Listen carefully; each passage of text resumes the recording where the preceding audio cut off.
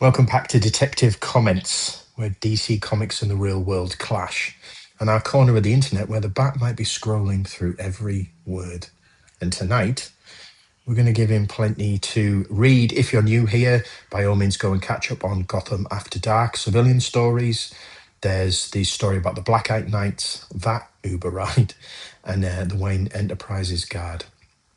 I've received a few messages. Thank you very much. I will be playing a couple of the strongest ones in a couple of weeks. But tonight, for this episode, we're doing something a little different. No fictional survivor stories, just me talking about the Batman run that's pretty much been living rent-free in my head. Yes, Chip Zdarsky's The Dying City arc in the main Batman title issues 153 to 157. We discussed it briefly the other day. It's part of the All In initiative, and this one hurts in the best way. And I think it hurts because it's speaking directly to the frustrations and anxieties we're all carrying in early 2026. Let me break it down for you. So, Chip Zdarsky's final kicks off with Bruce Wayne coming home, and he's determined to finally fix Gotham. Not just punch it into shape at night, as is his way, but actually rebuild it by day. There's public initiatives, real money, real plans. Hope flickers, but then it all collapses, of course. A murder rocks the city. The Riddler claims that he's gone straight. Turned his genius into a streaming puzzle empire raking in millions. There's a new vigilante called Commander Star who starts radicalizing crowds. And the Court of Owls have crawled out of the shadows with plans that go way, way beyond Gotham. There's revelations about the Wayne family itself that threaten everything Bruce thought he knew. And by the time we get to the oversized 157, Batman's fighting a war on every front. He's got the villains, the cops, allies, and his own mind. He's pulling off miracles, and it's another impossible survival only Batman can manage. But the win feels a bit hollow.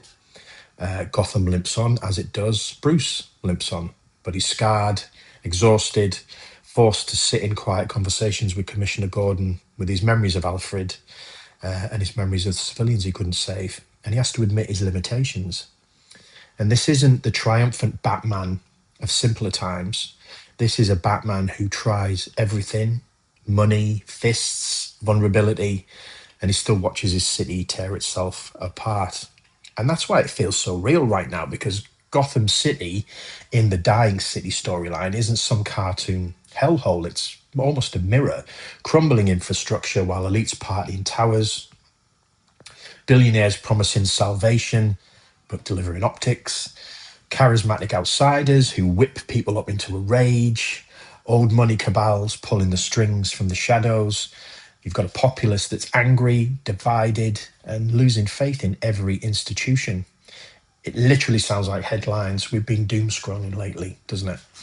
We're living in cities where the wealth gap keeps widening, where infrastructure literally fails while the ultra rich launch vanity projects, where influencer outrage is the business model, where the trust in the police, the government, even philanthropy feels fragile, where one bad week can make everything feel like it's dying a little.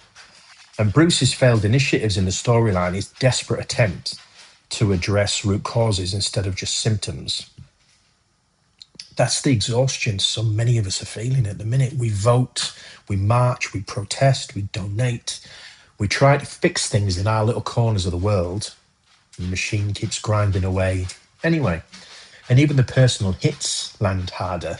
Learning ugly truths about the Wayne legacy, in an era where heroes and institutions have kept their hidden histories, they're suddenly exposed, and Batman's being watched, questioning the myth he's built his life on. And it stings him a lot.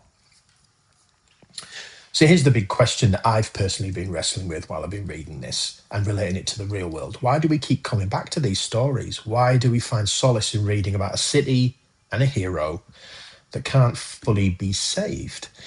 Batman's always been catharsis. He's always been the fantasy of one ordinary man imposing order on chaos through sheer will and a bit of money. And in brighter times, that fantasy feels victorious. In darker times like now, it becomes a bit of a tragedy, and tragically relatable. We see our own powerlessness in Bruce's struggle. In the comics, he's throwing everything at the problem, and it's still not enough. He doesn't quit. He fails, reflects, adapts, and gets back up. And the arc ends not with a clean reset, but with quiet growth, conversations where he owns his mistakes and chooses to keep going anyway. And in a world that often feels like it's slipping away politically, environmentally, socially, spiritually, that persistence is a comfort. Failure is never the opposite of hope. Giving up is. And these comics don't hand us easy answers or cheap triumphs. They hold a mirror up and ask, what do we do when the problems are bigger than any one person? When even our greatest detective can't contingency plan his way out of things. The solace is never in Batman winning everything. It's in him refusing to stop fighting. And maybe in us, seeing a little of ourselves in that refusal,